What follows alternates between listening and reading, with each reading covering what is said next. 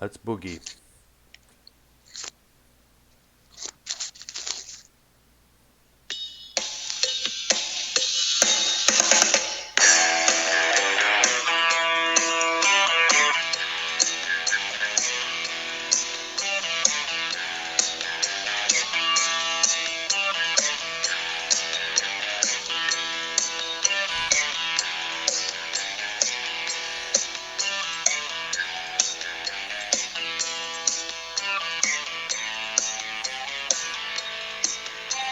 Hey.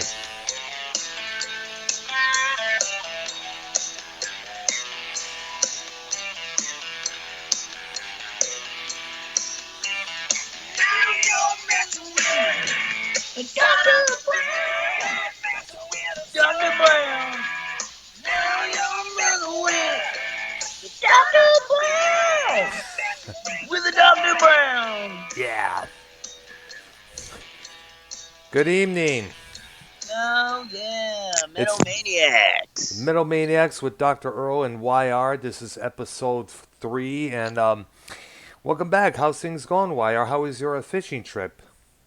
Good. I just had an issue on my end over here. Oh, really? Yeah, You're on connection your issue. yeah. We're simulcasting once again on each other's channels. My channel and YR's channel, known as Drama Trolls, right now. And we've been discussing this for a while, for the past couple of days, and we want All to right. get to all the talk about the rock stations from yesterday and today, because especially today, because we need to dive into that, because we were talking about this and we agreed that there's not much rock radio no more. Right. I mean, whatever's left of rock radio, it's going to be your songs like Sweet Emotion, your Back in Black, your The same general. stuff that we heard Right. countless times before, whether it's Feel Like Making Love by Bad Company or More Than the Feeling or Don't Look Back by Boston. I mean, that's basically, it's like nowadays the classic rock is now invading over the rock and roll airwaves nowadays. And all the others, either it's hip hop or soft rock or gospel or anything else, or what they call the iPad radio, where they just play everything damn thing in sight, whether it's a guy like Al Stewart or Boston or any other, or Dolly Parton for that matter. Yeah. Yeah. You're old now. See, in rock radio, there's obviously like your classic rock or whatever, but there's like your oldies, Hmm. okay, which they do play like your Rolling Stones. They play obviously your Beatles, your Yeah. Elvis, your Motown, a lot of Motown on the Yeah, the oldies. the oldie station. They're called the oldie station. There's I don't know if those. I think some of them maybe still existence in some other states and some other cities. I remember back in Michigan there was this one. I don't know if they're still doing it or they've converted it to something. I think they still are. I think it's called WOMC. I think it is. Yeah, it is. Hmm. Yeah, they play a lot of oldie stuff there, but like everything else that we mentioned, it's the same stuff over and over. The I mean, same old Supreme. some of these oldies stations, Dr. Brown, they even consider like the Doors oldies, Yeah. which I could see. Yeah, true, because it was around the 1960s, along with the Beatles and the early Steppenwolf. I mean, they're playing from that shit to like they're going down to the Temptations and groups like Smokey that. Robinson, the Motown era, the British invasion, like the Kinks, the Yardbirds, all that stuff there, all those scenarios.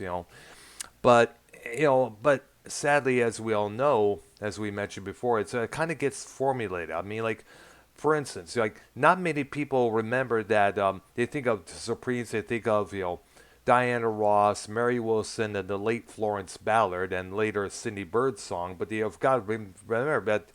From what I heard, that there was the Supremes without Diana Ross for a couple of albums, Right. a couple of periods, and radio stations don't want to play that because they figure it's not Diana Ross. I don't want to hear it. Some people still have that mentality. Like they don't want to hear anything other than from Toys in the Attic, other than Sweet Emotion or Walk This Way. Or possibly a 10 inch record. They want to hear the stuff that they only know, and that's it. And the same thing with Yeah, but that's what nightclubs. that's what that I mean. That's you can throw a difference in there from oldies and classic rock. You get a mixed bag with oldies. Um, you get more songs that they can choose from with oldies because they can start from like the 50s and they can go to the obviously like the late 60s considered uh, oldies, but like with the classic rock, I mean, a It's lot of the bands they do put on there do obviously have a lot of like if they play Back in Black AC/DC, of course they have what eight or nine, 10 other hits yeah. that is. But there's bands out there that are just like radio bands. Like I would consider AC/DC a radio band. Yeah, or a band with radio songs like Judas Priest. Either it's Breaking the Law, Got Another Thing Coming, or Living After Midnight. Not basically, even though they're not much of a radio band. Or Iron Maiden, the songs they play from them are either The Number of the Beast or Run to the Hills. That's pretty much about it. The Trooper, Trooper. yes, they do. Yeah, they'll They throw that in. that's true there, and it's kind of interesting about that because when during the time when I was in the metal, Maiden would never get played on the radio. They That's what I'm refused to saying. play it. Like Yeah, you're not going to hear Victim of Changes on the radio. no, You're going to hear your flagship pretty much songs, but they don't do deep tracks radio. no. They Yeah, do. sadly, I know we all agree on that, and that's one of the prime reasons why turned away from the radio. I think everybody else agrees. Because right now at this point, it's either classic rock or from the 80s, 70s, 90s. Well, there wasn't that much rock in the 90s, that's for sure, other than Korn or White Zombie, the alternative metal. Right. But it's either the 80s or 90s or 70s, and that's pretty much it. And it's usually the hit songs. Now, why aren't I myself? We need to pay tribute to some of the stations around the Houston and Detroit area. Now, keep in mind, some of the earlier on, he left a couple messages on my Skype chat saying, do I remember any of these stations from the Houston area? I said the only one I really know from Texas was Z Rock Right. because remember I didn't move to Texas until February of 2014. But back in Detroit, back in Michigan, well, I knew what the fuck Z Rock was. It was based out of Dallas, Texas. It would have broadcasts to selected cities, Detroit included, a couple other cities. I think Chicago was another. I mean, the Detroit affiliate would have their own DJs, their own programs on the side before they head back to the Nationals in Dallas. So it was pretty good listening. Oh, I remember when Z Rock was first came about in the Detroit airways. Everybody was like all geeked up because at that time people were playing the same. Excuse me, Leonard Skinner, the same old Freebird, the same old Bad Company, and we needed some new rock. We needed something new, and Z Rock was that solution at that time. I remember there was a big party at the Ritz in Roseville where they had two of the headlining bands, Sweet Teas and Heaven's Wish. I think there was a couple others as well as like, isn't it good to have a real rock station hit the Detroit airwaves for once? I And mean, like when I mean I know back in the day, radio was that's what it was all about. You know what I'm saying? In the 70s, yes, 80s. I mean, yes, yeah, the 80s was about the music videos, but yeah. radio, they didn't have internet and iPads and iPods and all that back then, right? So Or it was cell all about phones. radio. Yes, cell phones. Radio back in the day was good, you Yes, know? yes, agreed. Or let alone they didn't have YouTube as well. All they had was just MTV and other things like their MV3, which is a California program, and of course the Superstation WTBS every weekend, Friday and Saturday night. They have a thing called Night Tracks where they play the same stuff that MTV would play, the same mainstream rotating videos, whether it's from Duran Right. Duran or Golden Earring. Yeah. What? Well, that's like Duran Duran. That's what would you throw them in? Like you wouldn't throw them on a rock station, would you? Or Well, it all depends because the later Duran Duran, after a couple of their guitar player, and their drummer left, they came out with some real maturely sounding stuff. I mean, Let me give you an example. An album called Liberty that came out in 1990. Back in Michigan, when I lived in Richmond, in that area, in Richmond, Michigan, I got to keep note of that so people won't mistake it for Richmond, Virginia. Or There, Richmond, Texas. Richmond, Texas. Oh yeah, that's right. There is a Richmond in Texas. That's right. My bad. But I would drive ride on my bike to an area called St. Clair by the water in Michigan. I would ride around that area, and I would blast that album from Duran Duran called Liberty, which came out in 1990. Now, Liberty had a lot of good guitar riffs on there. They had this one song called "Read My Lips," was basically a funk metal jam there, or this one tune called First Impression. And the guitar player at that time was Warren Kokomoto, who used to play in Missing Persons before. And he had some good lyrics, good sounding riffs on there. He also had a thing called a guitar synthesizer, who Adrian Belew from King Crimson often use. Right. Judas Priest and Iron Maiden used that on a couple of their albums. It sounded pretty good, but it was a pretty good record to listen to there. So I would qualify some songs by Duran Duran, as those two songs I mentioned, as the basically hard rocking songs that they ever did. So, but but Well, Duran there's a Duran, station. go ahead. There's a Dr. Brown, there's a station, um, in Houston called 106.9 The Point. Ah, Heard of it? not too well. Like I said, I don't really much listen to Really? much. Yeah, I don't really It's listen an to radio 80s. much.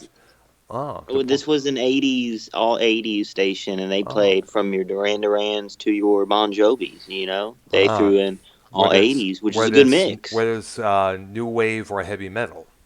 Right. It was Ah, a good mix, yeah. and it was a good station.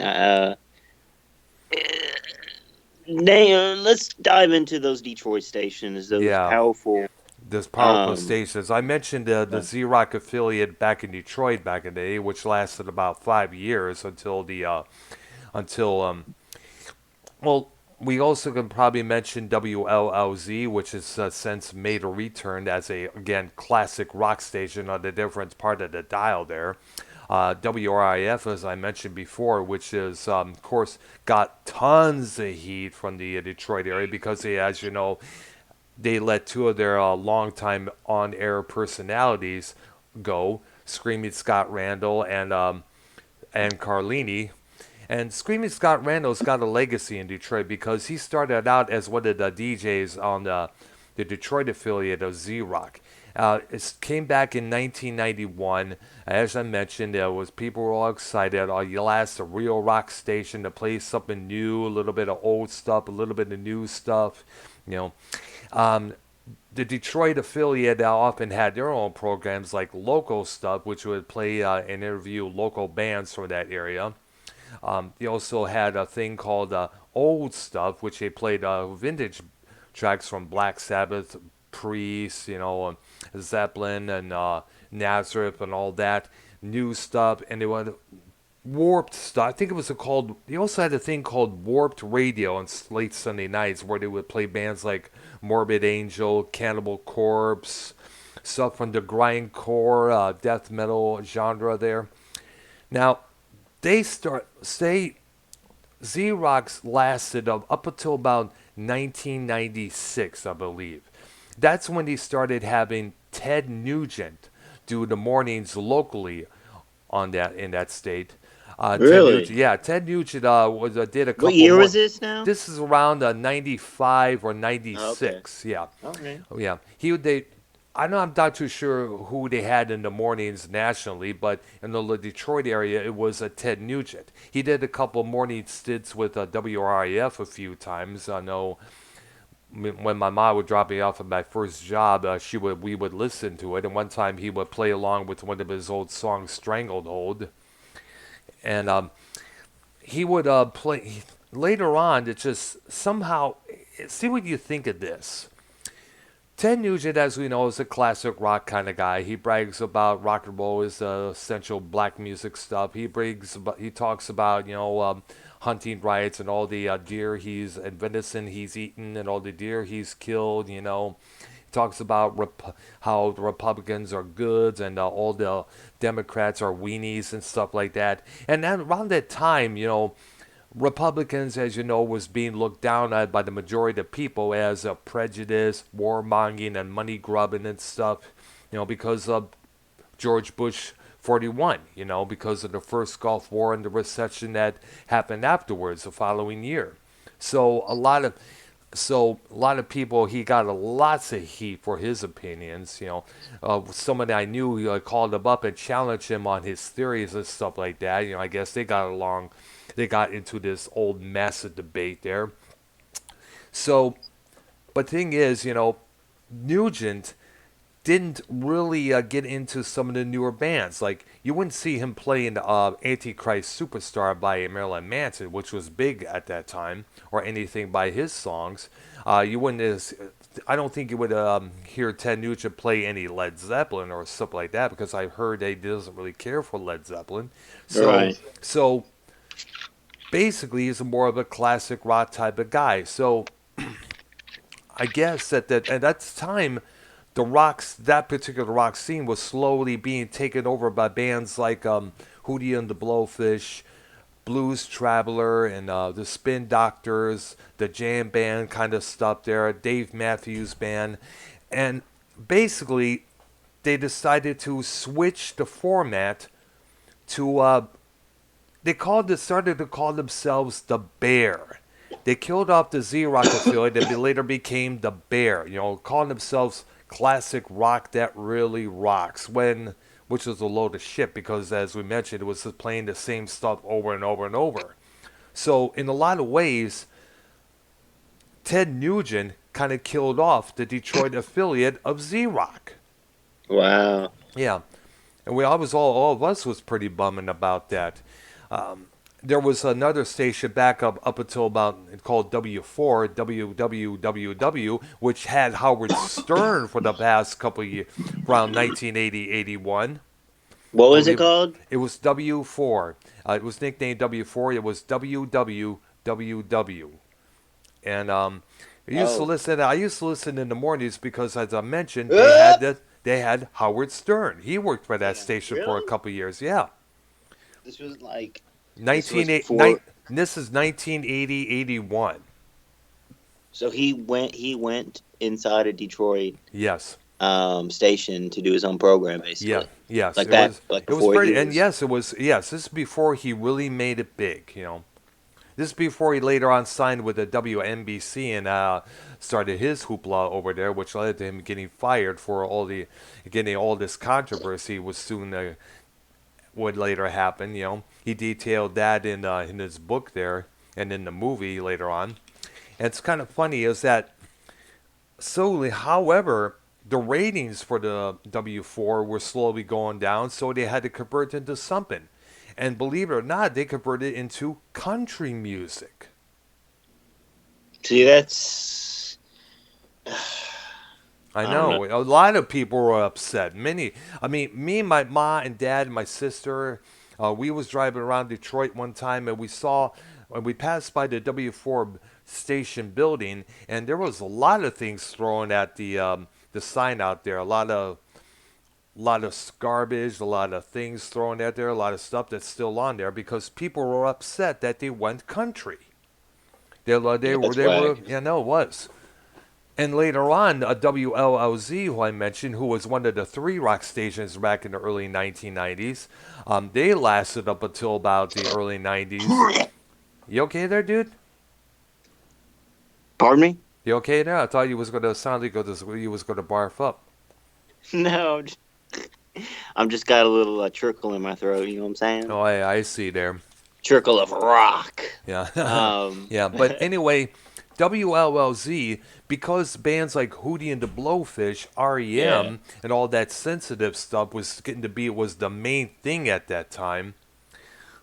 You can call it sensitive and synthesizer. Yeah, Synthesizer. Yeah. synthesizer. No, not it was well, not really synthesizer. It was all basically guitars, harmonica, Well, and the there's all '80s this. were it was synthesizers though. In the '80s, Yeah, most but of you're it. talking Yeah, about the like '90s. I'm talking about the '90s, early '90s. 1990s when all the bands I mentioned were running rapid.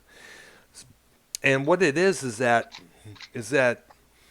they decided to be conformed to they conformed to that station to what they called today's rock. I remember seeing the calendar for that station. It was all these groups that I have no interest in, the groups that I mentioned, whether it's Spin Doctors, Blues Traveler, and I'm like, what the fuck is going on here? Everything's converting. It even got to the point where Dokken Oh, good one. Dokken, they even made an alternative album called Shadow Life.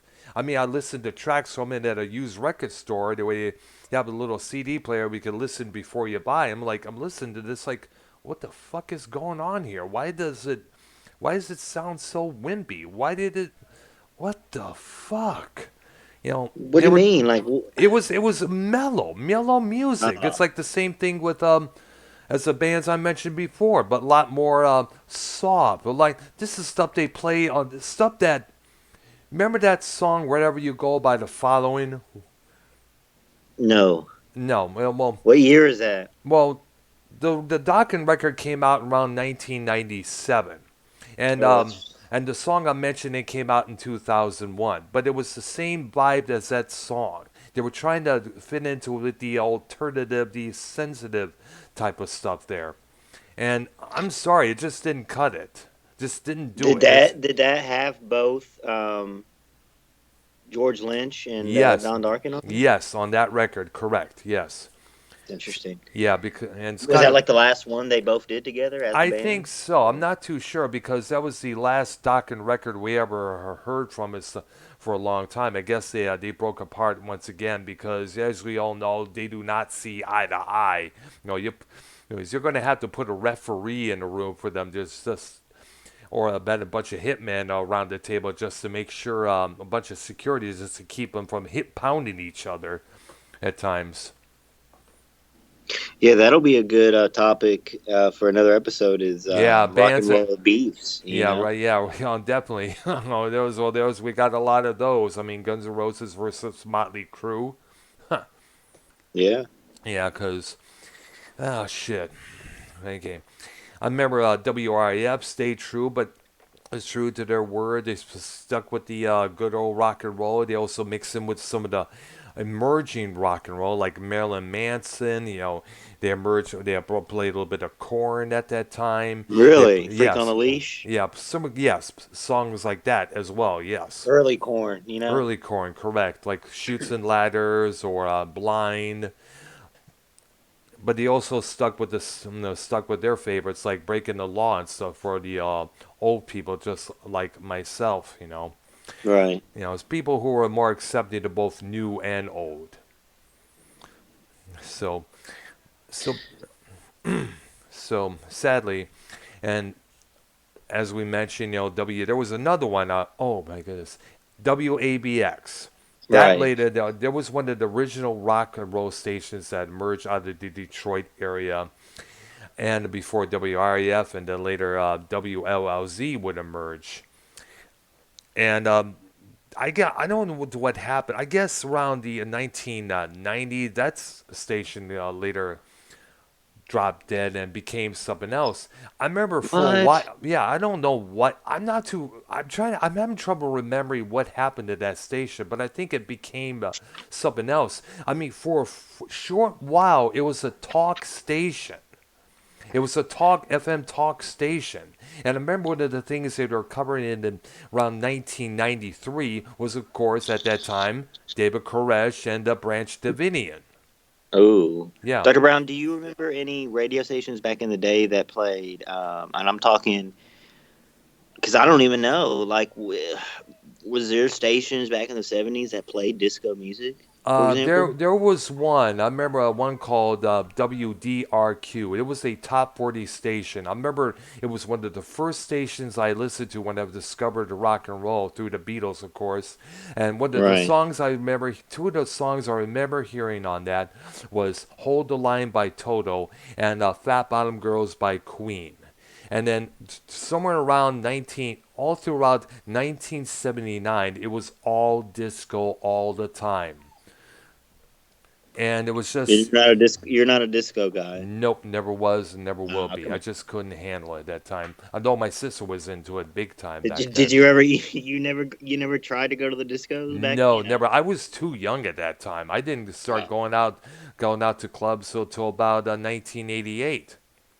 Oh, okay. I'm way off then. Yeah, Maybe because Ken or someone someone yeah, older. to do JB that, probably went on the I would, discos. but I would have possibly. I did one time, went with my sister and her boyfriend at the time to see the band, a local group, Halloween, play at the Ritz one time. Um, they just said I don't think I was 21 yet, but they said I was still 18, 19, and they said if I catch you with alcohol, you may have to be kicked out. So I kept it cool there. That's about it. I So mean, Dr. Brown, you are a straight edge rocker. yes, You know, you're really a master at your craft when it comes to guitar. yeah, thank So you. you're much more than a fan. You're an actual I was, talent. yeah, You know, I made rock and roll my addiction. musician. You're a real musician. Yeah, not that professional yet. Right. I've only jammed. I've yet to even play in any bands. I've only jammed with friends here and there. So and I remember the last time I jammed was back at the other place we lived in with a neighbor. He had a few guitars, so he let me play here. I made one video of him playing that guitar on my channel there. Dr. Brown, you want to join my band? Which band is that? It's called Metal Maniacs. You can be Um, the. oh shit. Yeah, No, I'm serious. Like we're gonna have Joe Cronin for the drums, yeah. obviously. Ken, You lead guitars. yeah, You can have Jesse J on the on the bass, bass there, yeah. and YR for lead singer. All right. You have Joe for Joe can Here's sing something some else. songs. We could here's since I came up with this idea.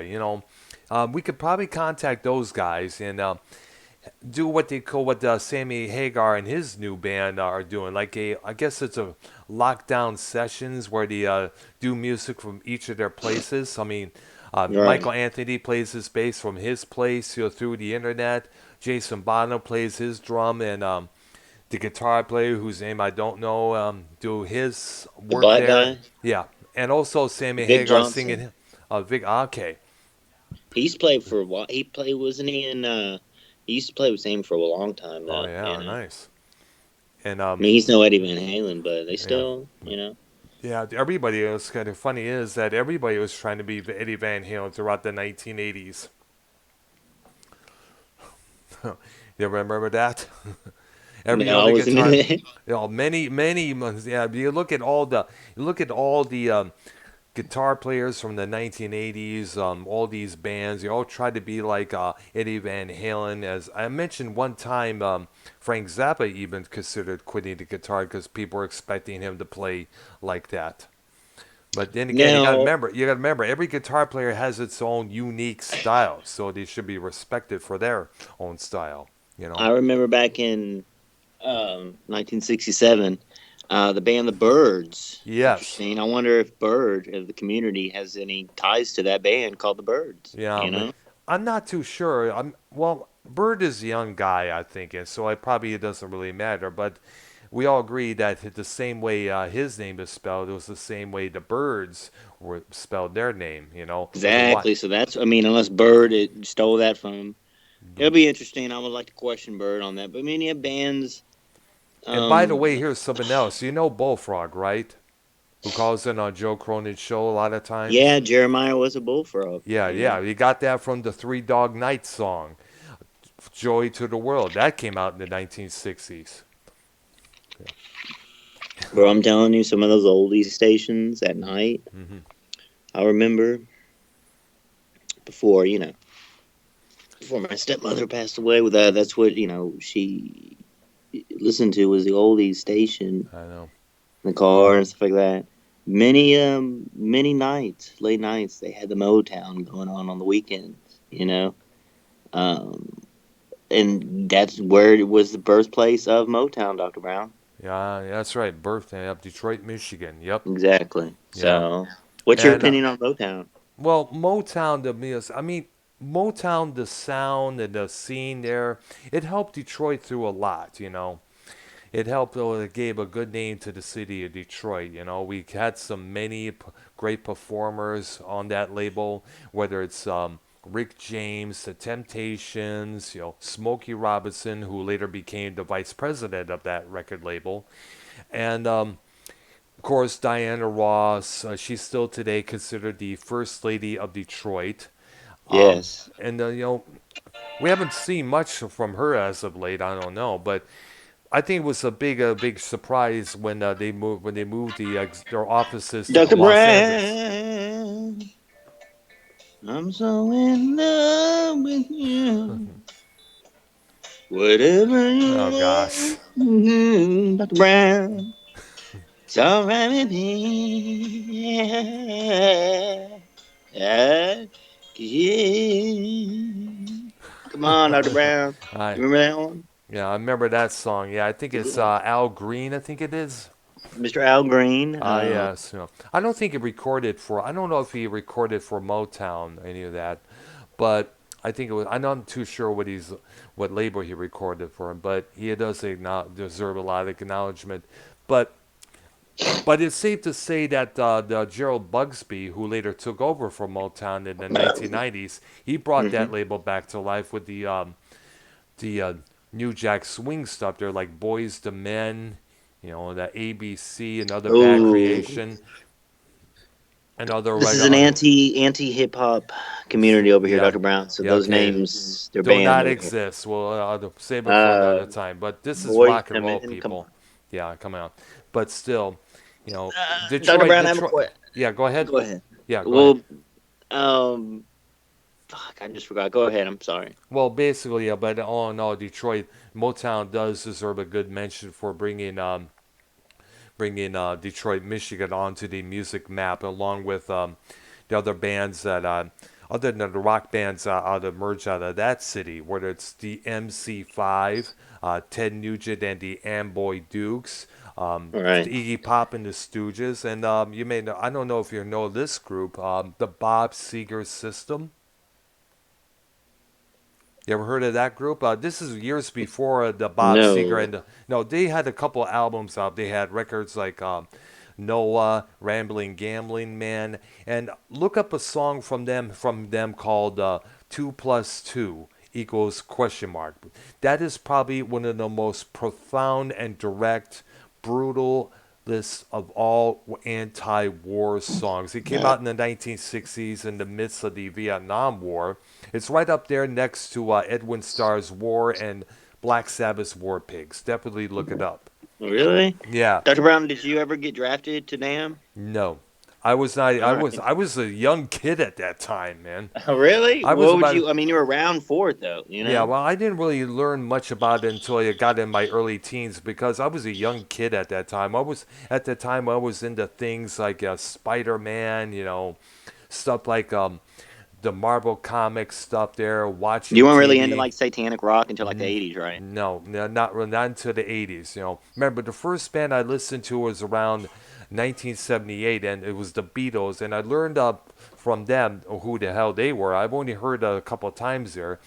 There was this cartoon Wait, Dr. Brown, series. when did you grow your hair long? Was that in Um, the that, '80s? yeah, it was on the 80s. Yes. See, so Yeah. you are a true um, Godson from the '80s. You are an '80s time traveler, basically. Yeah.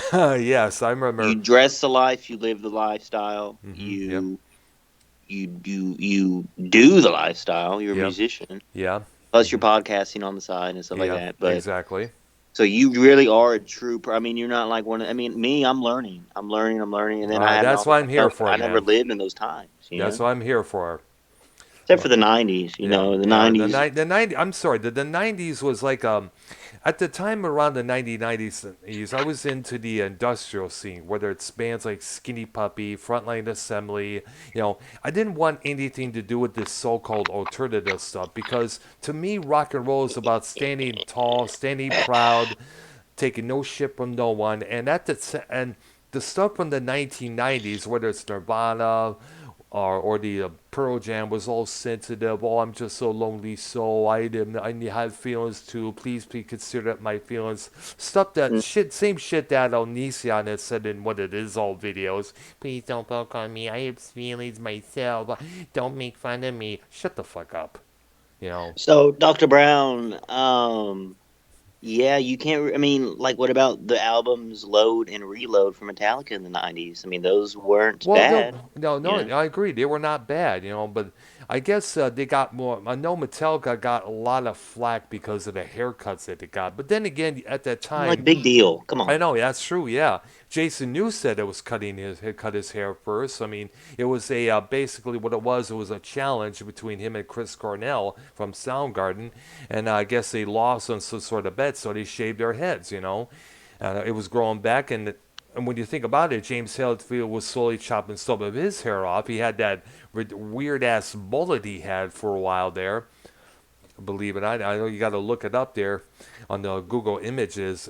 James Hetfield mullet. You see what I'm Well, talking about? Lars usually had the mullet, though, right? In Pretty back much, in the day. yeah. But this was one of those Really? redneck. This is one of those redneck mullets that Hetfield had prior to them cutting all their hair off here.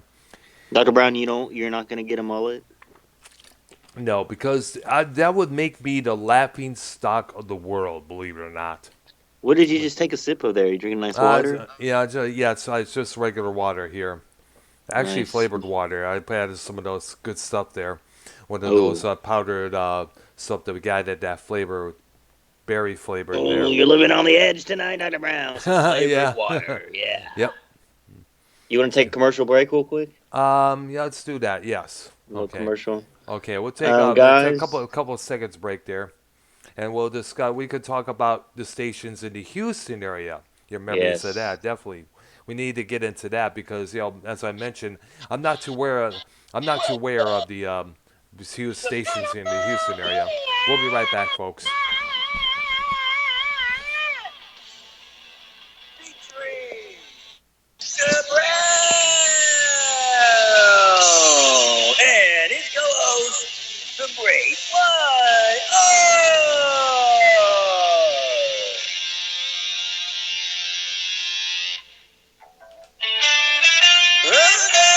Dr. Brown and Wire. We're in a sound and we're talking music. Metal music. We are on the podcast streaming. It's our own platform for rock.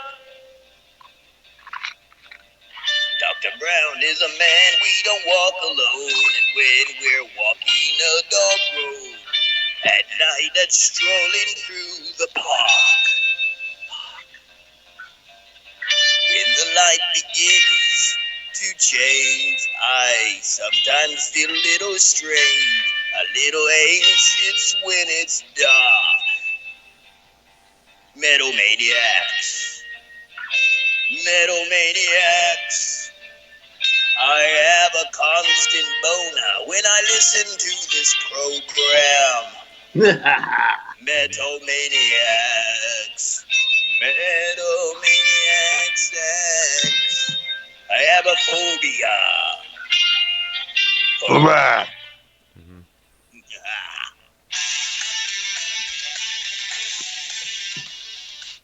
Dr. Brown. Yeah, I heard that. Interesting enough about that time. You got to give it up to the Maiden because they kept striving on and on and on through thick and thin. I mean, throughout the That is 19 true. yeah, because throughout the 1990s, some of their fan base, they still had us kind of diminished a little bit until they got Bruce Dickinson back because at that time they had a different singer and they were starting to play in the small theaters. I know they played at Harpo's Concert Theater by the Chalmers Road there by I-94 at one time. People asked me if I'm going to go see that show. I said no, I wouldn't be able to because at that time Motorhead had played there a couple of months earlier, and the lead singer of a local punk group called Feisty Cadavers, Steve Crass, Oh, was killed during a holdup outside of the venue. So that was that kind of diminished the attendance record for that place there for a while because of that. Because this was smack in the middle of Detroit there. Right. Yeah. Dr. Brown, that was the last concert you went to was Iron Maiden. Yes. I remember back in September. No What disappointment. It was a great show, folks. you were under the pavilion? Yeah, I was in the pavilion there. Yes. Like how many rows in front of you to the stage, you would I say? do not know, but I know so it was like a little closer to the walkway where you get up there to go to get a drink or a snack or to go to piss. But it was closer to the walkways there, You're like on the left side or the right side? left side. Oh, so you're by the great Steve Harris. Yeah, it's kinda, well, Steve Harris was mostly on the right side there. Keep that in Oh, mind. he's on the Yeah, right. yeah. But then again, Steve Harris is often. I was more on the side of Dave Murray and Adrian Smith. And it was probably one of the best concerts you ever been Well, to. very good, very big concert. Awesome, pretty awesome. They performed it top notch, pronto. They always deliver and Are deliver. you? They know Did how you to sing the deliver. songs while Y- they was Yeah, going? there was. Everybody was. You were really Everybody singing, was. Dr. Brown? Yeah, I'm not that much of a singer, but everybody was like sing-alongs with the first song, Aces High. Yeah. Yeah. And I want to point out something to Mr. SC Steve in the chat. He's saying, when's the drama starting? There's no drama on this show, dude. It's all about rock and roll, heavy metal, and that's about it. If you want to give him a quick timeout, I Well, what's mean, he's just obviously being a I'll troll. wait. I'll wait till what he says, what he has to say afterwards. So if he Well, does yeah, we're some, taking calls at the end of the show, guys. So I see Steve, if you have any rock radio memories or your top three favorite bands, anything like that. yeah, feel free to call in, Um, dude. State your case, kid. you know what I'm saying? Yeah, we should probably take calls right now. So, He, his, but yeah, his, well, wait a minute. We got to talk about the stations in Houston, Texas. I which almost is forgot about that. You know, you got to know SC you have Steve's favorite band is Los Lobos. Los Lobos. Oh, that was kind of that's kind of like in the new wave section, I believe, in there because a lot of new wavers who admired Wall of Voodoo like Max, that group. Yeah, Mike Santana, you know? Mike Santana. Yeah, are they Oh, from that's his favorite artist, Santana. Santana? Ah, yeah, Yeah, Carlos Carlos Santana. Santana There we is go. SC Steve's favorite artist, confirmed. And this That's classic. Santana is classic rock, yeah. psychedelic rock. What you know? Yeah, but Um, the problem is, and the problem is, I don't like is that he has to now resort to having famous people singing on his records, to make it big, you know, uh, yeah, but you can't like who? like Rob what, Thomas. like, you remember when that song he did with the singer from Matchbox 20 Yeah, became a Rob big hit? Thomas. Yeah, he And has. you're just like my motion. And the thing is, they have to do this. He did this on the next two records after that. It was people from Everlast to Steven Tyler of Aerosmith.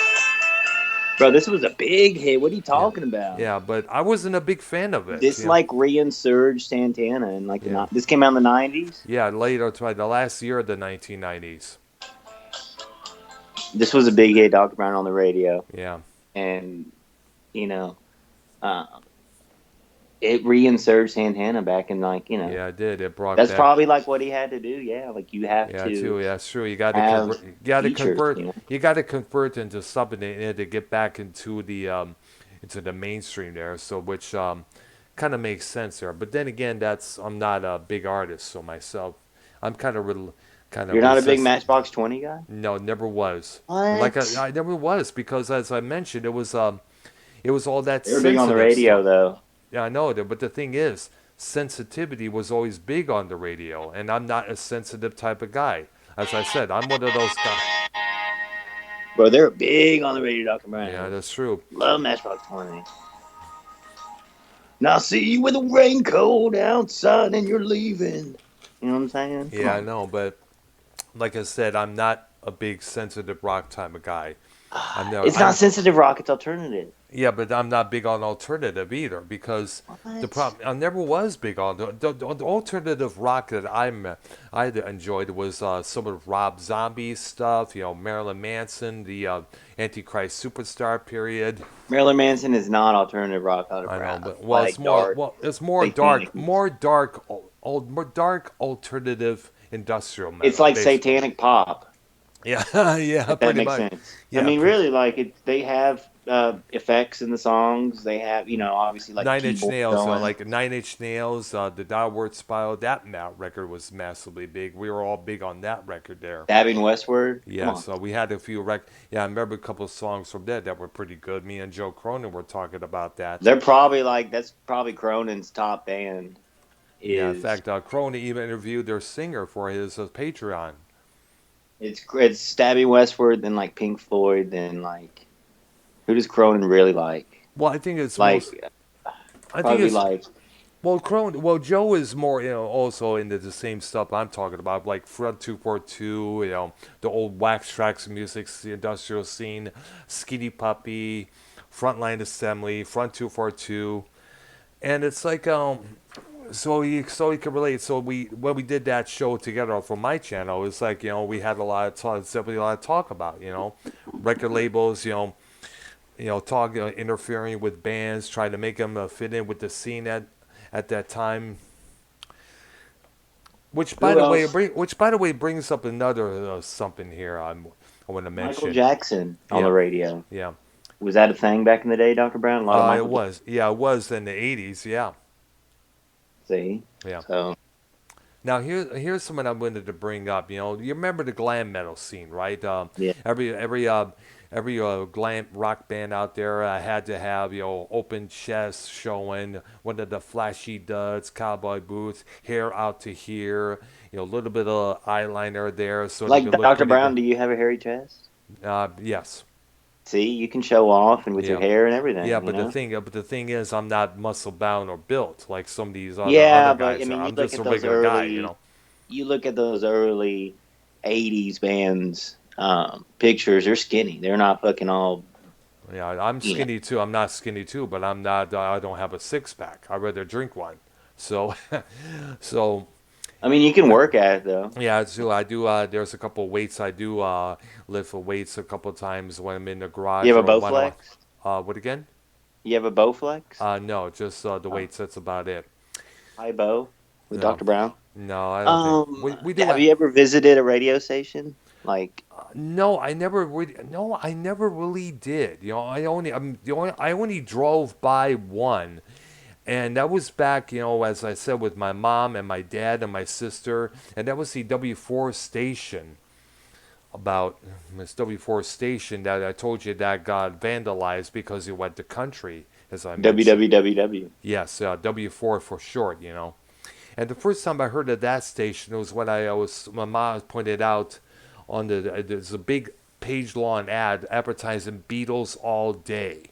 And I was like all geeked up for that because I was massively big on the Beatles at that Right. time. So that's when I discovered rock and roll radio. Who's your That was favorite Beatle, Dr. Brown? it would have to be John Lennon because Wow. he was so outspoken and out there. Willing You to. look like a late John Lennon, you know? There's a couple people mentioned it. I remember one guy on Joe Cronin's show said, "John Lennon, you're alive." Points to the doctor. If like John Lennon and James Hetfield mixed, that's a Combined together. Yes, kind of leaves all. In fact, I don't think I have them no more, but I had these John Lennon like glasses from 1980, 1980. Excuse me, 1998. That's when I got new glasses. At that time, they kind of like a roundish like Lennon's. They were like the transition sunglasses, not really yes. sunglasses, but I'm looking forward to getting new glasses. I want to get a pair of glasses like my brother-in-law has because he has some awesome looking specs there.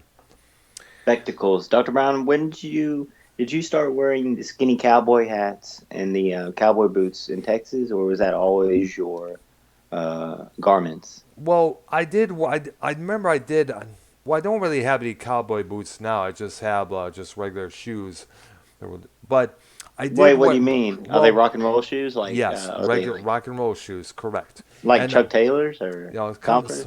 yeah, not really Chuck. Do you mean the Converse? No, Yes. I don't have any Converse. What do you wait? What are they? Well, they're basically Pumas, black Pumas, which it was once black and white Pumas, which I covered all the white spots there and I added extra heels to it. I also have these other what they call the zip up boots where they come up to their ankle there. I wore those a lot of times. That's And what you right, have personally? yep, exactly. And my old work shoes as well. In fact, but I did have some knee-high boots around 1991, 92, because that was the thing at that time. And What I was? Do you remember. remember the brand? Do you remember the brand on those? No, I don't remember the Uh, brand, but I remember the store that I got them in. It was called the Wild Pear. I don't think you ever knew that shoe place there at the nearby mall, the Wild Pear. They would show all these cool ass shoes there. no, I don't know. Yeah, and basically, it was I miss that because they had some good stuff there, you know. But though Aldo at the nearby Woodlands Mall have some good stuff there as well. So I'm gonna. So when everything gets settled and everybody's gets over their corona fears and gets back out into the public like we're expected to this Friday, so basically we'll probably check them out, you know. And plus, by the way, I did have a cowboy hat around the same period that I mentioned, 91, 92. Right. I got it. There was a thing called Downtown Hoedown where I had in Hart Plaza in Detroit where all these country acts would be playing. I remember they were selling a couple of cowboy hats, flexible ones, for about $5. So I got me a dark one, and I wore it many times ever since. You know. You know. Well, the that is the seal off, the cap off for the rock and roll mind frame is the I know. skinny cowboy hat. Yeah. Yes. Yeah. The Lemmy hat, as Gatekeeper Drew often called it. Let's see. Do you want to start taking calls now, Dr. Brown? Yeah. Let's do that right now. Definitely. And let's see what the hell SC Steve is talking about. You know, Earl wears a pair of Aldos. Earl owns a pair of Jordans. I don't have any Jordans. What? And he's saying that drama over rock. I mean, come on, what the hell, Steve? Well, he will be flown into the studio here shortly on the helicopter Okay, from. And let's see who his top three favorite Latino rock bands are. all right, okay. Is he going to be added onto the call here or what? Or Yeah, I'm getting the producer to throw him in there. okay. In the meantime, you know, I know you mentioned some of the other radio stations in the Houston area. I'm interested to hear about them as well. Oh, well, the most famous one is 101 Mm-hmm. FM, Rock 101, KLOL. Uh huh. A lot of morning zoo type stuff throughout Yes. the years, but obviously that's like the morning, you know. Throughout the day they do play songs, your standards, like we talk about. But they Yes. had like a block, Mandatory Metallica, Yes. Oh yeah. late at night. WRIF used to do often does as well at every weeknight at 10 p.m. Right. Yeah. The difference is the mandatory Metallica. They usually play about 5 songs, but it's of course we all know the standard, and the standards like Enter Sandman and For Of Whom the course. Bells Tolls. For the Detroit version, it's just 3 songs. That's about it. Bell's Toast. Yeah. You know what I'm saying? Yeah. Nikki Nines and Simo. Where y'all They're in at? your chat there. Yeah, I see Nikki Yeah, we Nine. Yeah, might. I see now. Yeah. All right. I think he's Yeah. related to Nikki Six from Motley Crue. Actually, we Who, can me? dive into that with him. Who? No, Nikki Nines. Oh, okay. I think he's related to him. We should probably get him on the air and have him tell him about this. You know.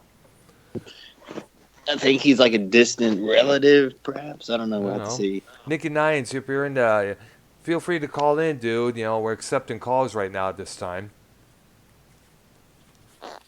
This is the time where you do call into the show, ladies and gentlemen. Yeah, This is the appropriate. and SC is in my chat saying, "Give me a fucking wrench." I'm sorry, SEC, but you're missing the point of the show. This is about rock and Exactly. roll. This is not about drama. This is about rock and roll memories. Rock and roll, where's it going today? It's about what goes on within the rock and roll, this and that, you know. And I'm sorry, Steve, you're not going to get a wrench. You're going to have this attitude here, saying, "I'm tired of this rock talk. Let's dive into Mars versus Cronin. Let Mars and Cronin duke it out on each other's channels. Exactly, Steve. Simulcast. It's Yeah, none of your okay. fucking business, SC. You Yeah, know. yeah. You know, one more bullshit comment, you're gonna be timed out, dog. Yeah, we're gonna have to give him a spanking there. All right. Yeah. You Fuck rock and roll. Okay. What Okay. the fuck, motherfuckers? What? What's up, Nicky Nines? How you doing? Hey, Nikki. What's up, dude? Hey, doctor, what's up, buddy? We're doing pretty good. So, Wire was telling me that you are a distant relative of Nikki Six from Motley Crue. Ah, yeah, the very distant, so Ah. distant that I'm not fucking. I don't wear the makeup and suck dick like he does. Oh. Wow. He's like a Fuck, cousin, a friend, no, a no. friend, or no? Wires be a YR, you know that. I know. But No, I was no, just fucking fuck, there's a wires. Yeah, fucking. What is it? Nikki Six is Poison. Yeah, I never liked Poison, man. Never liked fucking. No, it's Molly Crew. Was it Motley Crew? Crue. I thought it was Yeah, it Poison. said, yeah, no, it was on, no, Motley Crue, Nikki Sixx, Mick Mars, Vince Neil, and Tommy Lee. Yeah. Poison was Brett Michaels' band. Yeah. I never really got into the fucking '80s butt rock, man. What? Really? Dude, I just It's like the best. yeah, I love GNR, right? Yeah. I fucking love Ugh. GNR, and I know they're considered butt rock, but I just never got into it. Like the whole glam rock, wear lips. It just wasn't for me. Well, I mean, I was an '80s kid too, man. So when I grew up, we were listening to all that synthy, fucking coked out music because it's the fucking '80s. So basically, you're into the serious stuff, like Judas Priest and Iron Maiden. Not really as a growing up. I mean, I grew up. I mean, when you're a fucking kid? Because I grew up in the '80s. You listen to whatever's on the radio, Yeah. right? Yes. So whatever's popular, and you don't really start. I don't think you really start forming your musical taste till you're like in your teen years, And my teen years were in the grunge era, so it was all like fucking Pearl Jam, fucking Soundgarden. yeah, Soundgarden, fucking even the rap, man. Like I'm one. Like I know everyone's like nostalgic about their era, but I always thought like the '90s were like the last really good era, like really good era of music because like the rap was good, the R&B was good, the rock was good, the fucking grunge was good, the pop was good. Yeah. Like today, The new metal scene, like Disturbed, Korn, and Stained. I never really got into new metal. I didn't like it. Let me Dude, tell you like I something right just, now, Nicky Nines. I disagree with everything you've been saying here. um, You're for- putting over grunge like it's the greatest. I don't think it was the greatest. I really enjoyed it. Like Alice in Chains. Like Yeah. name one new metal band you would take over Alice in Chains. Like seriously. But what's Like- new metal? Fucking I don't know. Korn, fucking Limp Bizkit. New Five metal Finger was Death this. Well, new metal was basically bands like try to be kids with wearing dirty shoes, trying to wearing those humongous jeans, with the pant leggings that look like tree trunks. Like Slipknot? Yeah, no, well, Slipknot was No. more different because he wore those oddball masks of theirs. But Limp Bizkit, stuff like some of that crowd where the singer would rap instead of sing, have a DJ in the background while the band's playing the guitars and stuff. That's what it was. Trying to mix R&B with heavy metal. Trying to Or mix was rap with metal. rap music. Yes, rap metal is often known as. Yeah, it was like a lot of new metal was like just basic riffs, but it was played really heavy, drop D, 5-string, drop D bass, Yep. And some of it was cool, like System of a Down. Like I'd say Yes. System of a Down was probably the best new metal band there was, Yeah. I guess, because Yeah. they actually had good shit. And he had a Yeah, lot of but- political stuff behind their lyrics as well. Burn on Joe Cronin's mouth.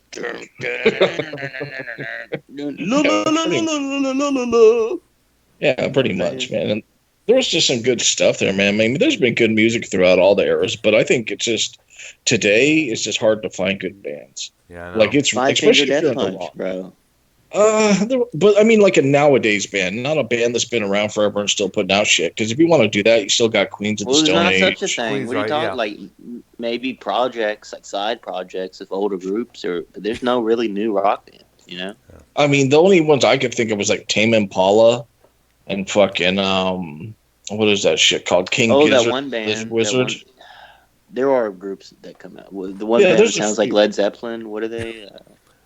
Greta Van Fleet, I think they're called, the one Yeah, that Greta sound. Van Fleet. Yeah, Yeah. little did they know that all the kids out there who complain about them being sounded like Led Zeppelin, they should be aware of a band called Kingdom Come that did the same thing back in '88. Hmm. Yeah, man. I mean, it's just music today. I mean, and I mean, it's all subjective, but I think it's just finding music that hits you. You know, because like, what is it about music, man? Is there something about music that just? How many people do you know that don't like music? You know, there's nobody out there except maybe Donald Trump, but he's a fucking weirdo. We talk Anyways, about he loves classic rock. so really, I thought he said he's not a big fan of music. I could have swore he said that. Maybe Yeah, I'm but wrong. like I'm he'll thinking have you probably, know. but then again, Bill Clinton was one. He used to said he was into things like Joe Cocker, the early stuff there, because you remember he played saxophone on Arsenio Hall's show back Yeah, in I think '92. they play Thunderstruck for like Trump's rally song did they? or something like But that. I Yeah. mean, it's just it's just hard to find good stuff. Like most of the stuff I find myself listening to is just old shit that. I mean, fuck. What's the last new band I found halfway decent was the National, and they're not even a rock band. They're like a easy. It's like a. I think it's like a rock band if you're like a lawyer. Is Uh, probably the West describe it. yeah, lawyer rock basically. Dr. Brown, you're a big Mars Volta fan. I've only heard the name so far, but I haven't really heard it, some of their stuff. But I understand for what I heard about them. They're like what, kind of like taking from the old prog rock styles of the 1970s, like a song that would last about 20 minutes long. Yeah. Dude, I fucking, I used to be the biggest Mars Volta fucking fan, dude. Like those motherfuckers, like I always kind of described them as like a Latino Led Zeppelin. Hmm. You know, like a What? So lot. it'd be like Yeah, man. SC Steve type band, Latino, Oh, I'm fucking. I see Steve. He's standing in front of Home Depot. Fucking. Hispanic rock. Well, because they did. I mean, every member of the band was Hispanic or fucking black. Um, You Yeah. know, and fucking like some of the songs were all in Spanish, but they had that shit, man. Like they had like those fucking 10-minute long Journey songs. Like their first album, was it Take the Veil or Deloused in the Comatorium? Like the Uh-huh. album was based on a friend of theirs who like fucking took way too much acid and ended up in a coma because of it. Wow. And he was in a fucking hospital, and out of nowhere, I guess he woke up from the thing and just ran out of the hospital and fucking ran into traffic and got hit and died. Wow. You know, and the whole album was about that journey into his mind, like what he was seeing and like how it fucked with him and the different things of trying to get out of it in the journey. It's just such a good album, man. Like that and fucking like fucking their second album, Francis the Mute, man. The last song is a 32-minute song called Cassandra Gemini.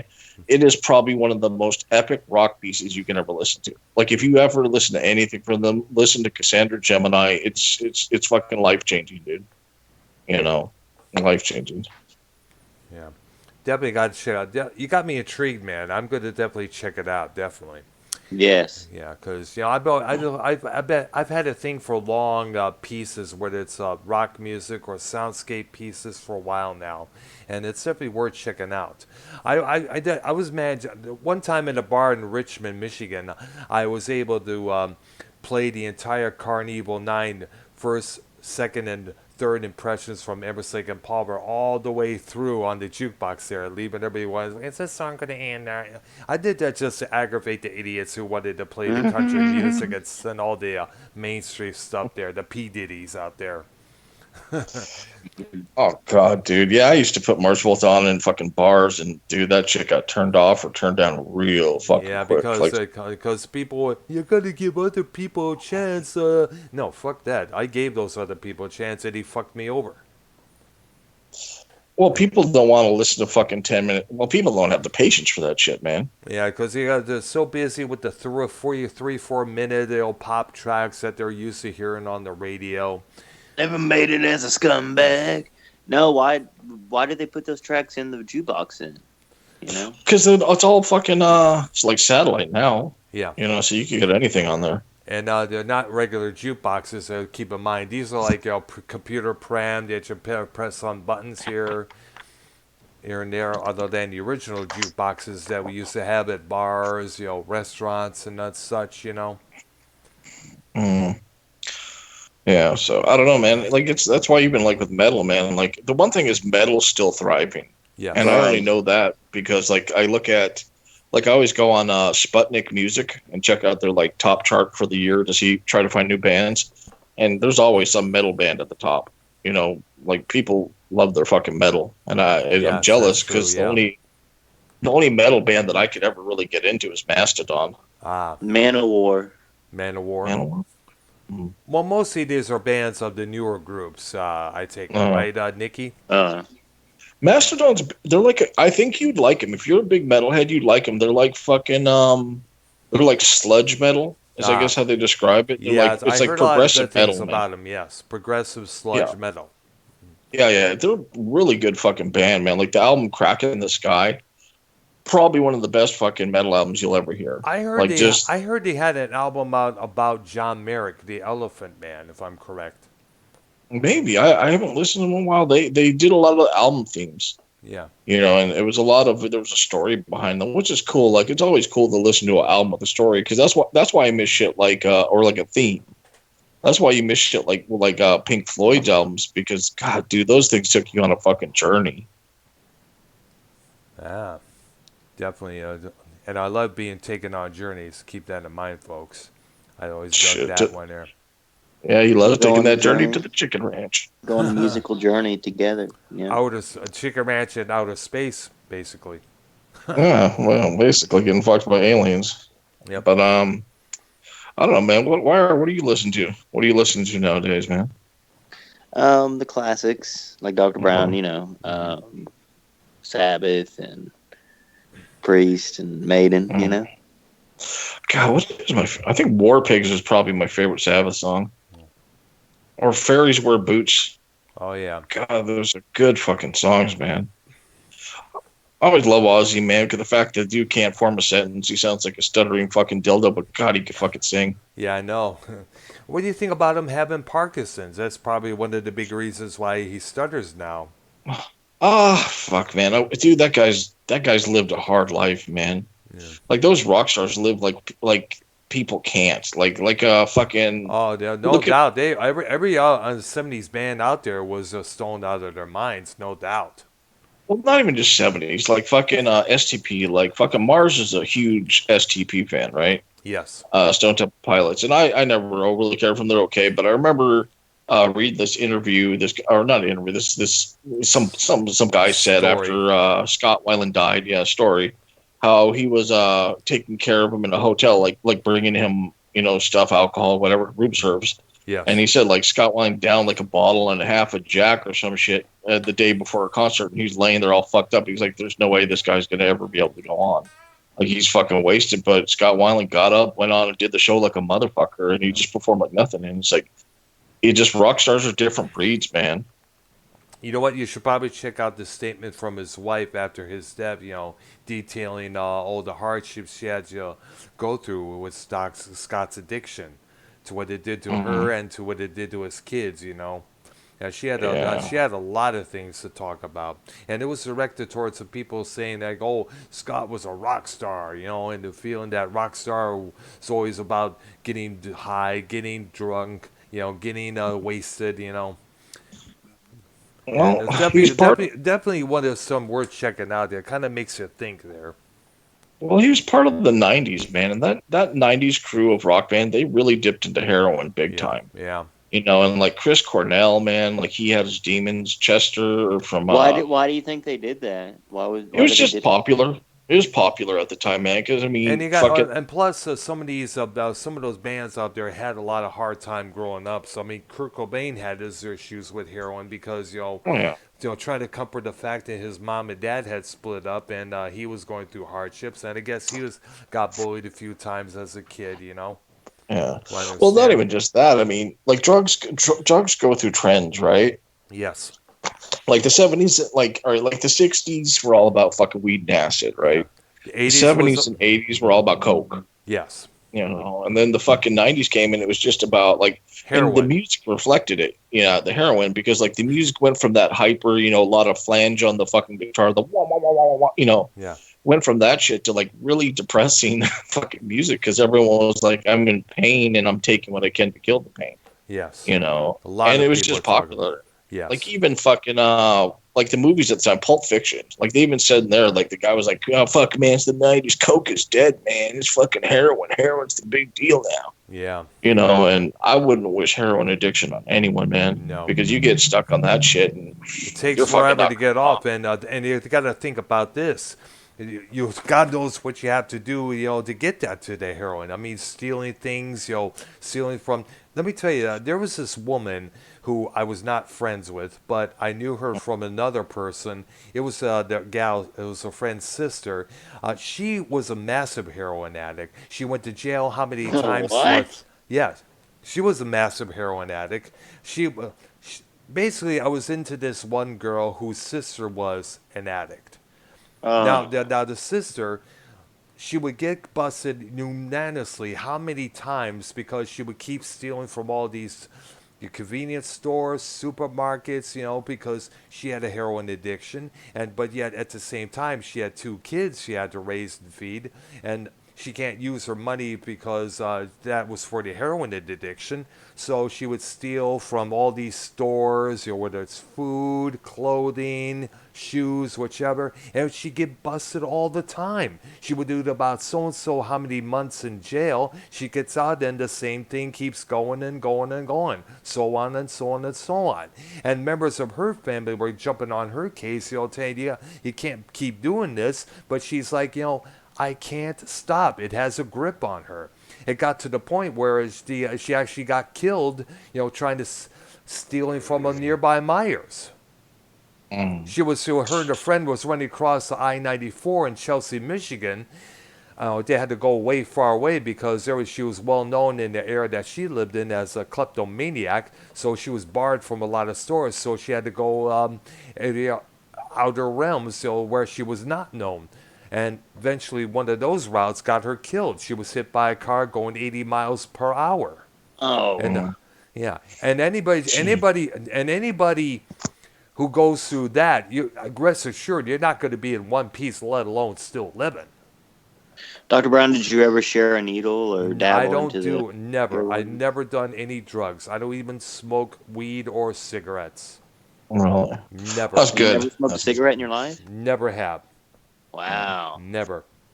I don't know, man. I get it. Have Like you being ever an drank addict. in your life? Well, there was a couple of times I have drinking. The only last time I drank, the only time I usually drink was either at Numbers or the concert pub or at the Ritz. But I would just keep about one or two beers, and that's about it. Or any of the Right. bars in the Richmond, Michigan area. There was a couple where I got. There was one time I remember when I was living with my girlfriend on Livernois Avenue with a couple of their friends. We just some asshole neighbor got booted out. He was an complete asshole, and everyone that was celebrating because this motherfucker got evicted for a lack of paying rent, and I don't remember what it was he put in my cup, but it was a cup. But it was I just drank the whole thing down like I did, like it was like candy and stuff like that, or whatever the fuck it was. But I don't know what it was. But soon afterwards, I remember I was like walking along Jefferson Avenue in the industrial area with a 2 liter Mountain Dew in my hand, singing songs like either Born to Be Wild or Blessed Be By Name. That's good, I dude. was pretty much, but I wasn't drunk, but I was pretty much, pretty close to drunk because this was a big cup of whatever it was the guy gave me. I just drank it right Yeah. down there. I was pretty You were feeling hardcore nice, buzzed. Dr. Brown. Yeah, You were feeling good. yeah. I was Yeah. buzzed, man. Well, there's nothing wrong with it once in a while, man. I Yeah, mean, if it wasn't for hangovers, I'd be a fucking alcoholic. But I yeah, haven't drank in like 5 years because it's like, ooh, hangovers are fucking nasty. So I mean, I can understand how people get addicted to shit, yeah, especially something like heroin. I'd be too scared to try it. yeah. Ah, boy. So, where do you live, Nikki? Do I'm you? in like I'm in southern Ontario. Ah, nice. So, any thing about the state rock stations up in your area? Dude, Are you don't really I don't listen? listen to the radio, man, because it's like if I already know what I'm going to listen to if I turn on the radio. I'm going to hear a lot of if it's classic rock, I'm going to hear a lot of Led Zeppelin. I'm going to hear a lot of Pink Floyd. Yeah. I'm not going to hear any fucking Beatles. No. I'm going to hear a little bit of Sabbath here and there, and then I'm going to start hearing like some '90s shit, like the grunge shit. Uh huh. Um, it just I don't know, man. I Of don't know course, why anyone would of listen course, to you it. have to include the Canadian rock bands out there, whether it's Rush or April Wine or Max Webster, because Canadian stations are required to play some Canadian content. Oh yeah, they are, aren't they, up here? Because Yeah, we got that fucking government that likes to try to control everything. yeah. Um, What's the one song you think you hear the most on rock radio throughout the years? oh, fuck, Stairway to Heaven. Oh Fucking no, Really? no surprise, no surprise. They still Stairway to play that Heaven. Yeah, today. Classic yeah, rock Stairway to stations Heaven. still play that today, no matter what. Yeah, if it's Stairway to if it's Led Zeppelin, it's gonna be Stairway to Heaven. If it's Pink Floyd, it's gonna be Comfortably Numb. Yeah, or anything from Um, Dark Side of the Moon. no, or anything from Dark Side of the Moon. Yeah. Or well, Time. They'll play Time or Money Yeah, because those are the two ones. yeah. I actually remember fucking Mars and I got these strippers to fucking, and we went to a strip club. It was a dirty strip club. This motherfucker took me Ah, to too, right? It was called the Tally Ho, ah. and like just the dirtiest, rankest. Because I mean, it was all right. We went in, and like they didn't have an actual stage. They had like a stage that was like a foot high, and Ah. like there was like some comforters in front of it. And this chick was like trying to get me to get dances all the night. I'm like, bitch, I date strippers. I know what you're at. I'm not giving you no money. Fuck off. So we eventually get her to dance, and we put on. She's like, "Pick a song." I'm like, "Pink Floyd Money." And she's like, "Oh shit, I know how long that is." And oh, I made her work for that $5. Ah, Well, needless to nice. say, dirty fucking whore. All right. Later on, I got crabs. It was great. Oh shit. Oh, Damn. Because I was wondering, since we were talking, me and Wyatt were talking about the radio stations, how all the rock stations are now converting to that classic rock stuff there, and all the other rock bands that we grew up, like the Def Leppers or the Bon Jovis, they're now finding their way into the soft rock categories on radio stations. Like, I wouldn't be surprised if "Home Sweet Home" by Motley Crue would be played nowadays on that kind of stuff.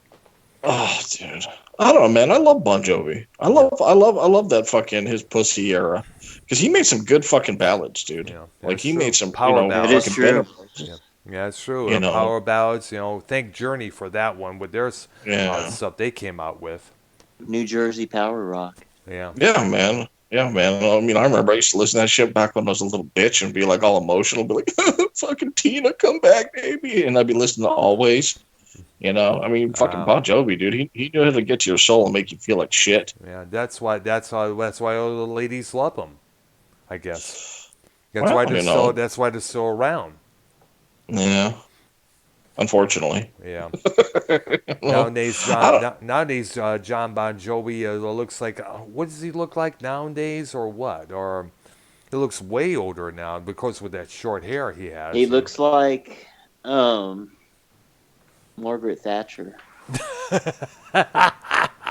just, man, was that Oh fucking my Scott god! in the chat? Well, I'm assuming it's Scott, and I'm Which not going to fuck up shadow? your guys' channel. What's it with autism? Yeah, I it'd see. I probably be see it Scott. right there. Well, Here's that's what. okay. No. So do you if So let me ask you: do you think Vince Neil is going to lose all that weight by the time he and the crew finally do that tour with Poison and Def Leppard when all this Corona shit gets done with? I Because have no idea. that was one of the big talks when that tour was announced some months ahead of time. Uh, Because why are you would agree? After you see some of the pictures how he looked at that time, up until this Corona shit, you're like, holy shit, what the fuck happened? YR? Oh, let me. I'm taking a piss real quick. Oh, Y'all go okay. ahead and take over. Yeah. Okay. Well, then. Vince Neil? I don't know, man. Yeah. He got old. Yeah, What I do you know want, man? he's His old, but metabolism's slow. He's chilling. He ain't running. When you I get know old, it's you don't want to do shit. yeah. But then again, Iggy Pop, Mhm. whose skin looks like the Book of the Dead from the Evil Dead movies. There, but yet he's still kind of beefed up. He looks like he went through some hardcore matches when you think about it. Oh yeah. Well, Yeah, some of those do stay in shape. Like Tommy still looks good. yeah. You know, Tommy with his big old hog. Tommy Lee. Tommy Lee with his huge hog, Yeah, and his that's true. wife, dude. Right? Yeah, His wife is actually really And Nikki pretty. Six still looks good for his age as well. Yeah, yeah. No shit, man. Yeah, but I think probably Vince Neil went a little bit overboard on the alcohol, possibly, or either that and maybe a thyroid issue that he may have, from what I understand. Some people have been mentioning about that. Now, one of my friends on Facebook has been talking about, well, understand, they're in their 60s, they're old, they're not going to be as go young as they used to be. But then again, you also got to keep in mind that there's that expectation from everybody in the crowd. You're expected to sound like the same. Excuse me. You're expected to be the same person that you was years ago. Like Oh, dude. I don't know, man. You just can't. I know. I remember listening to fucking Roger Waters solo albums as he got older, man. And you could Yes, just that voice got old. I know. It's like The voice it's went like away. It's just yes, like, I know. ugh, I know. none of those guys can keep it up. I don't think.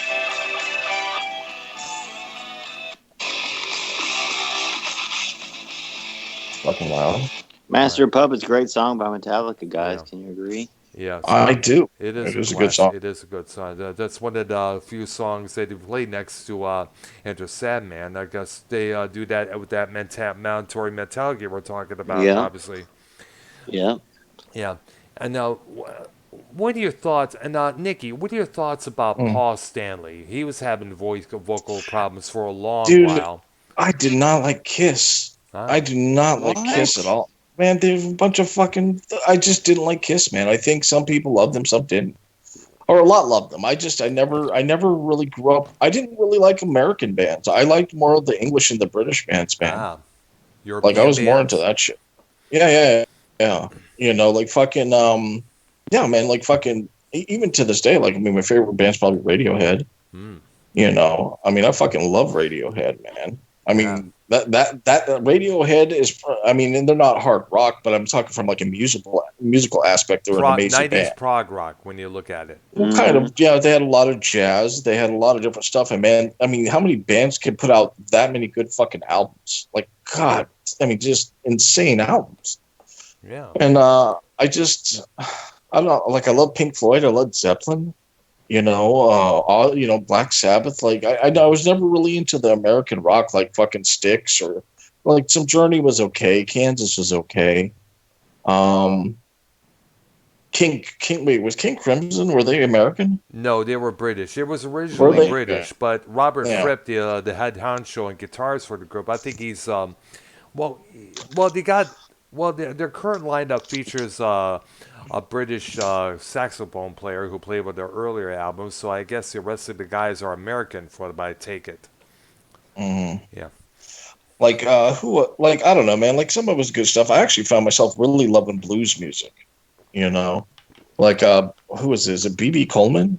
Is that his name? Gary BB Coleman, man. Um. If you ever get a fucking chance to listen to that song, Sky is Crying. Ah. God damn, dude, that thing rips into your fucking soul. Like fucking Stevie Ray Vaughan. Yeah. Dude, those were the motherfuckers, man. If you ever listen to Stevie Ray Vaughan and listen to him play Little Wing, Yes. oof, Yes, I it's Mm-hmm. remember. monstrous. Yes, I remember hearing that version of that song. Wow. Like that's what I love about shit. Unbelievable. Like I love that shit because I used to be really into classical music, right? And like something about music, like that's why I love Stevie Ray. I think Stevie Ray was probably the greatest guitarist, man, Yeah. because that Agreed. motherfucker could just play a song and not sing a word and make your soul just come to its knees, dude. And just not many people could do that. Not many people. Not many. The pride of Texas, and we know that this great state of Texas misses him as well as everybody else. I don't know. Yeah. It was amazing guitarist, amazing blues He guitarist, was man. absolutely, yeah. You No, guys play any instruments? I play guitar. Oh, do you? Huh. Yeah, I think, but I, Oh, you gotta check out his channel, Nicky Nines. Yeah.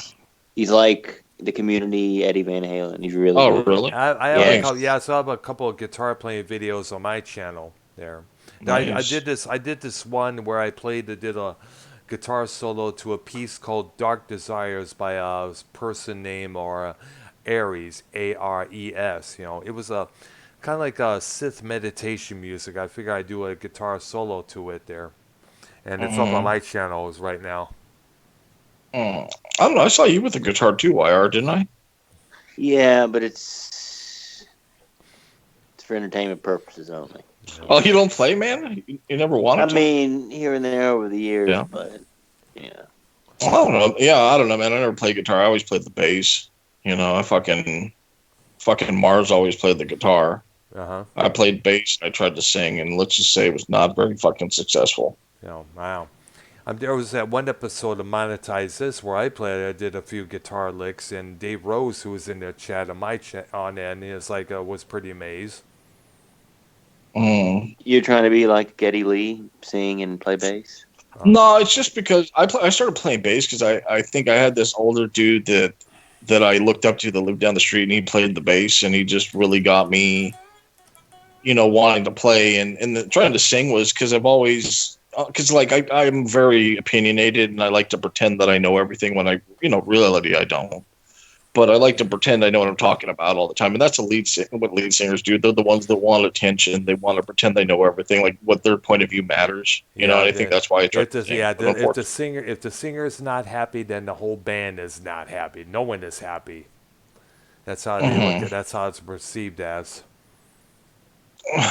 yeah, and that's the thing with it, man. I mean, the problem is, I mean, I'd have been good at it. I just can't sing, so it's like fuck. It's like never mind. Nowadays, some of the metal bands out there don't really sing. They just growl into the microphone, something like that. Yeah, who's that? I used to be really into Opeth, and they do that shit, and it was just Ah, like, God, dude, like I love their music, but when they start doing that fucking death growl, it's like, oh, shut, dude, I'm too old for this. I know. It's I like, come can't on, listen. come on. It's like, I know. It's like, much can you take of that? Like, geez, it sounds like you're taking a mess. It sounds like you're sitting on the toilet. You got an iceberg up your ass. You're trying to shit it out, and it's not working there. Yeah. Oh, fuck, that's the truth. Oh shit, fucking, that's the channel. Uh, Mr. Nicky Nines, you have a lot of attention in the chat here. Yeah. I know, but it's just your guys' channel, and I'm not trying to be a dick, and I don't want to, like, dude, Scott, I don't care, dude. Like, I mean, let's be honest, dude. You're Well, such a address fuck. it since you're All here right, and all he's right, all here. right, all right, Address all right. it. Like, come on. Mhm. Scott, dude, come on, dude, just stop, man. I mean, What is if you he? can't take a fucking sign, look at Chad. He's just talking shit. Oh, Let's, Dr. Brown, go in my chat and read out what he's Yeah, saying. okay. I'm gonna look at it right here. Let's see what we got here. yeah. Let's see here. Nikki Nines is Mars, Mira's Paul Heyman. And bodyguard, he has to speak for Mars and fight for Mars, getting himself involved in Scott before myself or anybody knew him. Oh, look at Simo's friend until he backstabs you. Oh, Yeah, but here, all right, let's be honest this shit here. Let's be honest. Scott, dude, you're a fucking turd. You know how much of a turd you are? God literally flooded your fucking city to try to flush you. That's how much of a piece of shit you are. Come on, Like, bro. no, dude. I know I'm not gonna agree on that. Of course you're not gonna agree on, dude, the shit I've heard he's done to you. Well, Like, I understand, but dude, I'm not gonna agree on the flooding thing. It's fucked up, bro. I don't wish it that on is you. pretty fucked up. Everyone I else don't in the community thinks it's a big hey, joke, but it's I fucked do up. not wish that on anybody. It's just what happened. Okay. Let's be fucking honest, dude. I mean, like, I don't even know. It's not even worth saying. You were the one that brought it up. Like, oh yeah, haha. Like, come on, man. It is kind of funny, but No, it's kind of fucked up. well, I don't give a fuck.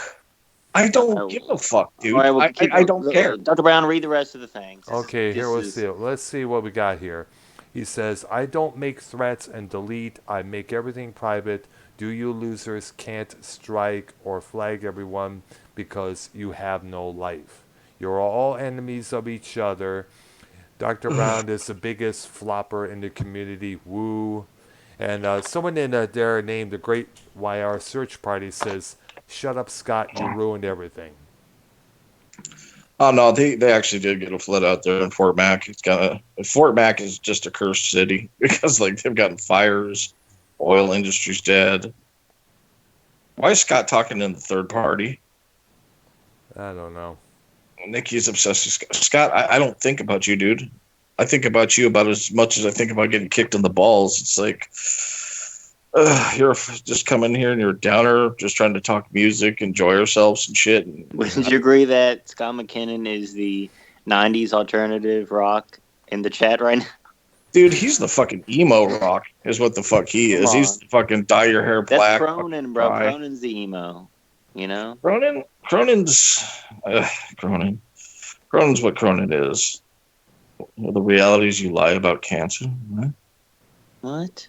What? I don't know what he's talking about, dude. He's probably off his rocker. Who, Cronin or Scott? Ah, well, both, but fucking Twatty's just. I don't know, man. I don't even feel like going at Twatty right now. It's gotten boring. It's like smacking around your little brother. It's like, okay, this is fucking boring. It's just fucking easy, dude. Like, Scott, you have nothing to offer, dude. You have literally nothing to offer. You're just gonna talk shit. Actually, it's probably fucking YR, a little motherfucker. But No, it's not me. no, it's so boring. It's like I find that's why I find it funny that Mars has stayed in this community for so long. It's like I always tell them like why. Like there's some okay people in it, but like if you're constantly getting this kind of shit, like, like why the fuck would you even bother? It's like there's so much more to life than this, you know. What's the lore? The community lore. So, No, I mean there's some fun stuff in it. Like it's fun to sit on here and shoot the shit, and there's some decent people. Yeah, there But it's is. like, and I know every community's got shit stains like fucking Scott, but it's like God damn, dude. You know what's funny about you, Scott? Is that as soon as Cronin's done using you, you're gonna fucking go and cry yourself into a fucking bullet. That's the fucking funny part about this. Because you're only start like talking all this shit and being such a piece of shit because Cronin still fucks with you. But Cronin's gonna cast you off like he does everybody. And then you're gonna be fucking lost and fucking alone, and you're gonna wonder what you're gonna do, and then you're gonna just fall head first right onto a fucking knife. It's just so fucking sad, man. No. And no one's going to care. That's the best part. No one in this community is going to give a fuck. Like, nobody. No one's going to say, oh, fucking poor fucking Scott. You know? Oh, Oh fuck, boy! man. And for those on my end, there, Scott is in YR's chat, going off here, and I guess Simo's going to try to battle him. I think they're going to go at it a few times. I don't know, man. Whatever. That sucks, man. I was enjoying talking about music. And this fucking So dick we smoke are. has to come in here. Yeah.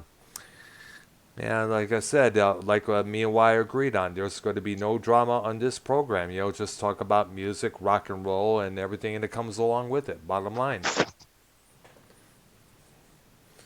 Hey, so anything we want to touch upon, guys? Or anything else? Hmm. I know you live in your hearts and your minds. I get it. Don't you mean you retarded fuck?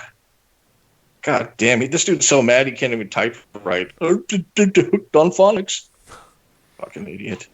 Oh, what the fuck? Anyways, all right, man. I don't know. That's cool, man. We talked about some stuff. Thanks for calling me up and letting me on, man. All right, Just thank you for being on the program, Nicky Nines, man. all right, later, brother. All right, have yes. a good one. All right. Nicky Nines, ladies and gentlemen, calling up and giving his take on what we're talking about here. And so I was asking your thoughts when people start going to see shows go again. Do you think by the time this Corona bullshit is I'll go ahead and gone? take over real quick. I'm gonna take a quick piss. Okay. All right. So I'm going to ask everyone in both my chats and YR's chat. Do you think Vince Neil will probably lose all that damn weight when by the time people start seeing shows again? I was interested because we all know, as I mentioned, he gained massive amounts of weight. He looks like a big blob. He looks like If you remember the Octomom from years back, that's what he looked it like. Now, here's someone else. Is he going to sing better or yes or no? That's the thing I like to know. I like to people know in that both my chat and YR's chat, do you think this will be accomplished? You know. And Tiki Doom, shout out to you, brother. Um, I've heard of I heard of that album by Sabotage, Hall the Mountain King. I haven't really heard it, but you know what? Thanks for getting me on. That's a group I should have been getting into a long time ago, but I would definitely check that album out. Definitely. Thank you for suggesting that album. There was this one band that I mentioned this before. There was this one band that I wish would have made it big. It's a band called Ledgelord. I saw them one time play at the Ritz in Roseville, opening for some other band. It was a five-piece thrash metal unit. They had this record out called Master Control, and the songs they were doing was fucking awesome. Fucking awesome. I mean, like, I love it. I was the only one. It was a dead Sunday night, and I was the only one up there, enjoying this band. And when I think about it, this band should have made it big, you know. And it's sad because I don't think I've heard anything from them ever since. So I should probably find them on YouTube or look them up on the Wikipedia to find out if they're still together and stuff because damn. The songs they were doing that one Sunday night at the Ritz was fucking awesome. Yeah, dude. You back, man? I still waiting. Yeah, Dr. Brown. Yeah. All right. So I was telling everybody about this band. I remember seeing a thrash band called Ledgelord. They played at the Ritz in Roseville one Sunday night, and damn, they fucking blew my mind. Really? Yes, they should. It was one of those bands that you wish should have made it big. They should have made it big, as far as I'm concerned. You know. Yeah. So so anything you want to touch up on here for right now? Well, I I think I think we pretty much covered the whole rock radio stratosphere. thing. Yep. Yeah. Yep. Yeah, definitely. Okay, so I think we'll probably end this episode here. We look around, get ready for episode 4 at some time, either this week or next week there. And definitely, we already got our next subject, the rock and roll beefs, and we got lots of them right now to talk about. Definitely, I got a lot I could think of there. Definitely. All right, so we'll probably sign off for now for myself and YR and each of our channels. This is We Are Metal Maniacs, episode 3 with Dr. Earl and YR. Sub to my channel. And sub to YR's channel, Drama Trolls. Just Drama as well. Trolls, baby. Yes. Keep us. Dr. Earl Brown on YouTube. Okay. All right then. All right. Thank you, Dr. Brown. Thank you too, YR. Have a good one, guys. Yes. Bye bye. I'll see you later.